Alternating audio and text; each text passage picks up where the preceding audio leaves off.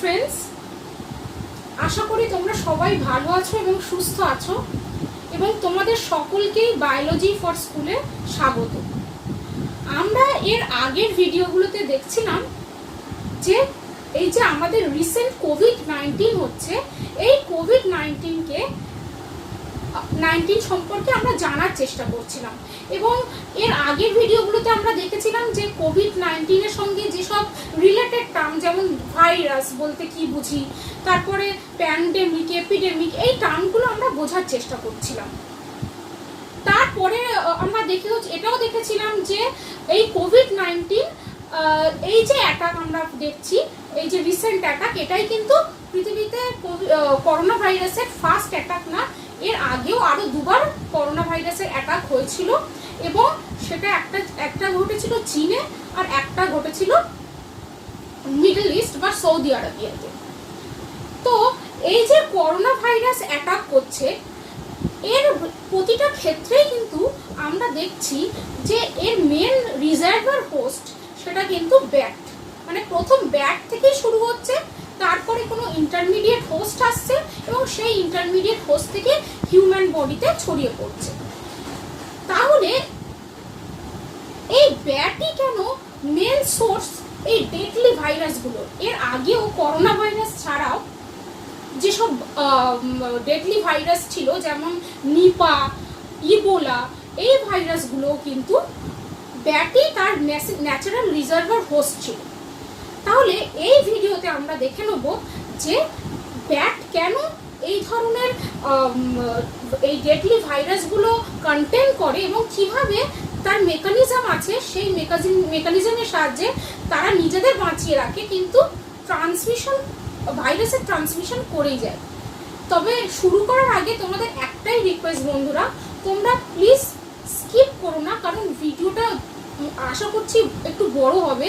তাই জন্য ভিডিওটা যদি স্কিপ করো তাহলে প্রতিটা ইনফরমেশন পাবে না, এবং প্রতিটা ইনফরমেশন কিন্তু খুবই ইন্টারেস্টিং এবং এটা তোমাদের নিজেদের সচেতন করতেও কাজে লাগবে। তাহলে শুরু করছি। দেখছি যে প্রথম পয়েন্টে ব্যাটকে ন্যাচারাল রিজার্ভার বলছে।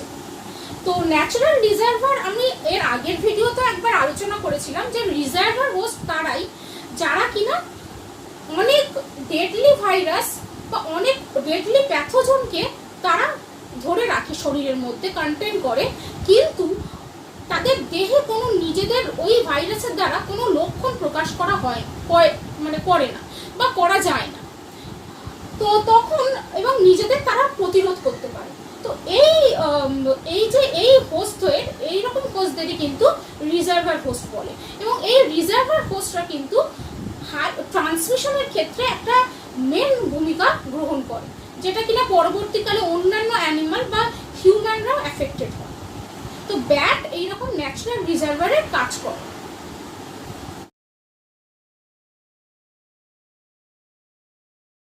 বিজ্ঞানীরা দেখেছেন যে পৃথিবীতে যত ধরনের ভাইরাস পাওয়া যায় তার মধ্যে 137 টোটাল ভাইরাস পাওয়া যায় ব্যাটদের দেহে, মানে বাদুড়ের দেহে 137 ভাইরাস পাওয়া যায়। এর মধ্যে 61 জুনোটিক ভাইরাস, যেটা কিনা খুবই মারাত্মক, ডেডলি, সেইটা পাওয়া যায় হচ্ছে ব্যাটদের দেহে, সেটাও কিন্তু ব্যাটদের দেহে পাওয়া যায়। আর জুনোটিক ভাইরাস মানে যেটা হচ্ছে অ্যানিমাল থেকে হিউম্যান বিইং এ ট্রান্সফার হতে পারে। তার মানে ব্যাট একটা অ্যানিমাল, এর থেকে কোনো ইন্টারমিডিয়েট হোস্ট পিগ বা ক্যামেল এইসব জায়গায় যাচ্ছে, তারপরে সেটা আবার ছড়িয়ে পড়ছে হিউম্যান বিইং এ।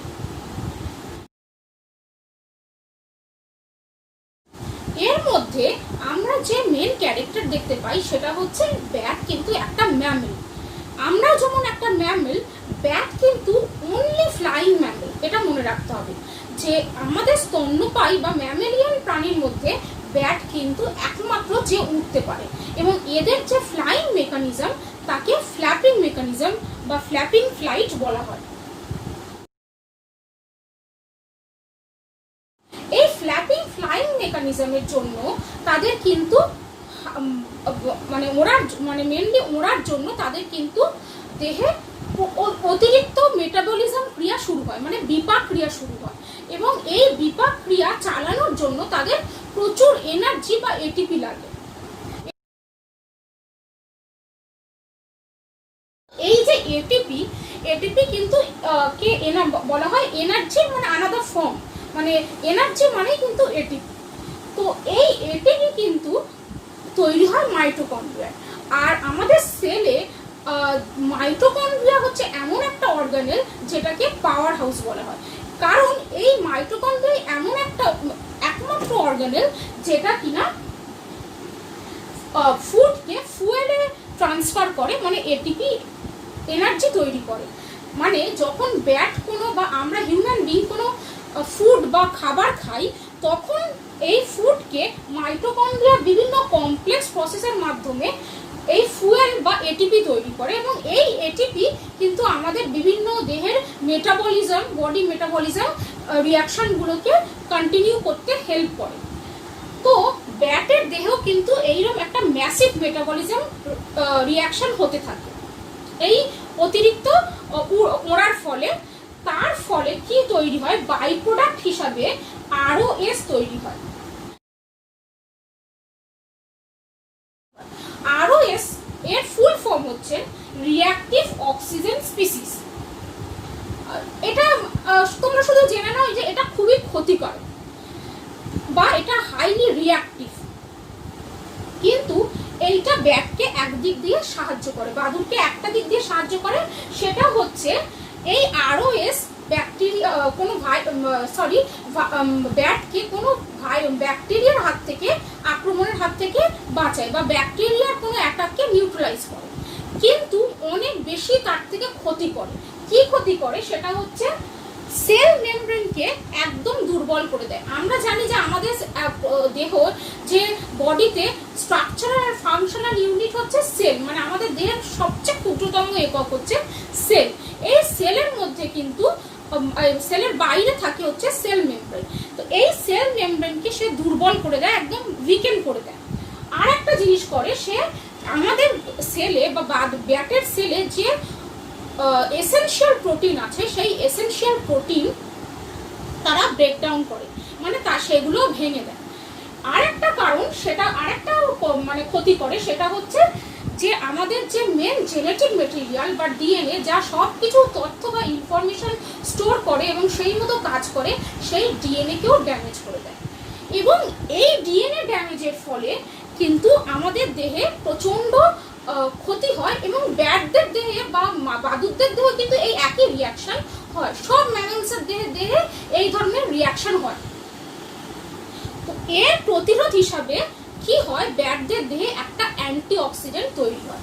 অ্যান্টিঅক্সিডেন্ট একটা কমপ্লেক্স যেটা কিনা বডিকে এই রিঅ্যাক্টিভ অক্সিজেন স্পিসিসের ক্ষতিকারক এফেক্ট থেকে তাদের বাঁচাতে হেল্প করে।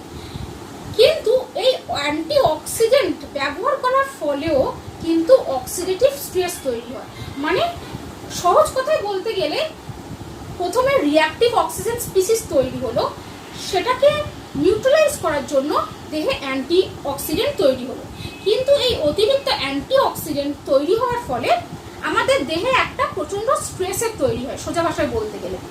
এই স্ট্রেসকে কমব্যাট করা কিন্তু অতটা সহজ ব্যাপার না, এবং এই স্ট্রেস আবারও ডিএনএ ড্যামেজ কজ করে। মানে একবার রিঅ্যাক্টিভ অক্সিজেন স্পিসিস ডিএনএ কে ড্যামেজ করছে, আবার অ্যান্টিঅক্সিডেন্ট কিন্তু ডিএনএ কে ড্যামেজ করছে। তো এই ডিএনএ ড্যামেজ কিন্তু ব্যাট বা বাদুড়ের দেহ ঘটছে। কিন্তু রিসেন্ট একটা জেনেটিক স্টাডিতে দেখা গেছে যে বাদুড়রা এই ব্যাপারটা থেকে নিজেদের বাঁচাবার জন্য একটা পার্টিকুলার অ্যাডাপ্টেশন নিয়েছে বা অ্যাডাপ্টেশন স্ট্র্যাটেজি নিয়েছে, যে তাদের জিনে বা ডিএনএতে এক ধরনের মিউটেশন করেছে, যেই মিউটেশন এই অ্যান্টিঅক্সিডেন্ট ব্যবহার করার ফলে যে স্ট্রেস হলো সেইটা থেকে বাঁচাতে হেল্প করে। কিন্তু সবসময় এটাও সফল হয় না, তার ফলে কিন্তু ডিএনএ ড্যামেজ হয়। এবং ডিএনএ ড্যামেজ যে কোনো ক্ষেত্রে ইনফ্ল্যামেটরি রেসপন্স মানে একটা তৈরি করে। এবার এই ইনফ্ল্যামেটরি রেসপন্স মানে হচ্ছে প্রচণ্ড একটা ইনফ্লামেশন বা প্রদাহ তৈরি করে শরীরের মধ্যে।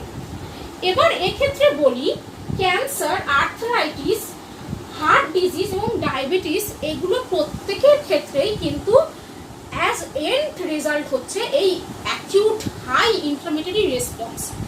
এই ইনফ্লামেটরি রেসপন্সের ফলেই কিন্তু আমাদের দেহে এই ফিভার, মিউকাস এবং সিভিয়ার ক্ষেত্রে নিউমোনিয়া দেখা যায়, তারপর অর্গ্যান ফেলিওর হয় এবং আমরা বা মানুষ মানে আলটিমেটলি তাদের মৃত্যু হয়।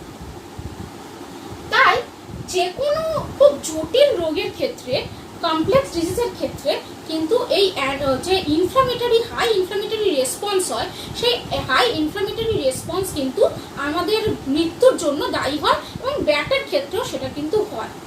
কিন্তু ব্যাট এই ব্যাপারটাকে কমব্যাট করে বা প্রতিরোধ করে, কিন্তু আমাদের দেহে এই কমব্যাট করা, প্রতিরোধ করার এতটা শক্তি হয় না। তার ফলে কিন্তু বিভিন্ন অর্গ্যান ফেলিওর হয় এবং আমরা মৃত্যুর দিকে এগিয়ে যাই। বিভিন্ন এই যে কঠিন যে ব্যাধিগুলো দেখা গেছে বা ডিজিজগুলো দেখা গেছে, এই ডিজিজগুলোর মেডিসিন আবিষ্কার করার ক্ষেত্রে সায়েন্টিস্টরা বহুদিন ধরে গবেষণা চালাচ্ছেন এবং তারা কিন্তু চেষ্টা করছেন যে ব্যাটের এই মেকানিজম কিভাবে, তারা যে হাই ইনফ্লামেটরি রেসপন্স ডিএনএ ড্যামেজের জন্য তৈরি হয় সেটাকে কিভাবে কমব্যাট করে সেই মেকানিজমটা জানার চেষ্টা করছেন। এবং এই মেকানিজম যদি বিজ্ঞানীরা জেনে যান তাহলেই কিন্তু তারা অনেক কঠিন ব্যাধি যেমন ক্যান্সার, তারপরে অটো ইমিউন ডিজিজ বিভিন্ন যেমন আর্থ্রাইটিস, তারপরে হার্ট ডিজিজ, ডায়াবেটিস, এগুলো কিন্তু অনেক সমস্যার সমাধান করতে পারবে। তাহলে আমরা দেখছি যে প্রথমে ডিএনএ ড্যামেজ হচ্ছে, তার ফলে কি হচ্ছে, হাই ইনফ্লামেটরি রেসপন্স হচ্ছে। এক্ষেত্রে আমি বলে দিই, যখন ব্যাটের দেহে ডিএনএ ড্যামেজ হয় বা যে কোনো অ্যানিমাল বা আমাদের দেহ ডিএনএ যখন ড্যামেজ হচ্ছে, তখনই কিন্তু ভাইরাসরা অ্যাটাক করে। কারণ ভাইরাসদের মেন টার্গেট হচ্ছে আমাদের জিন মেশিনারি বা ডিএনএটা। কারণ তাদের মেন টার্গেটই হচ্ছে রেপ্লিকেট বা রিপ্রোডিউস করা। তখন কি করে ভাইরাসরা এই যখন ডিএনএকে ড্যামেজ দেখে, তার মানে ডিএনএটা উইক হয়ে পড়ছে, দুর্বল হয়ে পড়ছে, এই ডিএনএকে তখন তারা অ্যাটাক করে এবং তারা একটা মানে মাস্টারের মতো তারা একটা তাকে নির্দেশ দেয় যে তুমি এবার আমার জিন মেটেরিয়াল বা আরএনএকে, বেশিরভাগ ভাইরাসের ক্ষেত্রে আরএনএ জিন মেটেরিয়াল হিসেবে থাকে আর হিউম্যান বিংয়ের ক্ষেত্রে ডিএনএ জিন মেটেরিয়াল হিসেবে থাকে। তো ভাইরাসের ক্ষেত্রে আরএনএ জিন মেটেরিয়াল তখন ওকে নির্দেশ দেয়, মানে হিউম্যান বা ব্যাটের দেয় যে এবার তুমি আমার মতো আরএনএ রেপ্লিকেট করো এবং আমাদের আরও রিপ্রোডিউস করো, এবং ভাইরাসরা এইভাবে রেপ্লিকেট হয়ে একসময় সেল বাস্ট করে এবং আবার অন্য একটা সেল আক্রমণ করে।